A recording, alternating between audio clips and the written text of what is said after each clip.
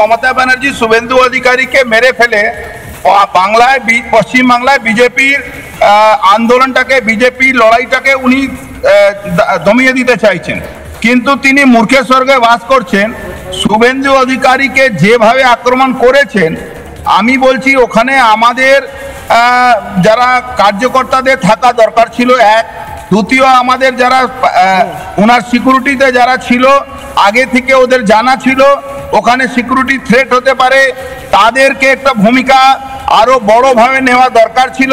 কেন এরা করবে, এরা পাগল হয়ে গেছে, পাগল হয়ে যেটা করে সেটাই পাগলরা এখন মাঠে নেবে এইসব করছে। এখনই আপনার কাছ থেকে আমি শুনলাম বারাসাতে আবার ওনার উপরে আক্রমণ করা, মিছিলের উপরে আক্রমণ করার চেষ্টা হয়েছিল। ওরা করবে, এটা জেনে শুনে আমাদের লড়াই জন্য প্রস্তুত থাকতে হবে। আর ওই যে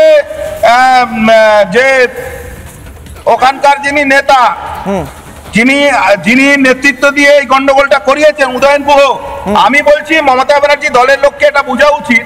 আজকে আপনি আমাদেরকে মারবেন, আমার শুভেন্দু অধিকারীকে মারবেন, নেতাদের বিজেপির নেতাদেরকে মারবেন, আপনারা ভালো থাকবেন, এটা হতে পারে না।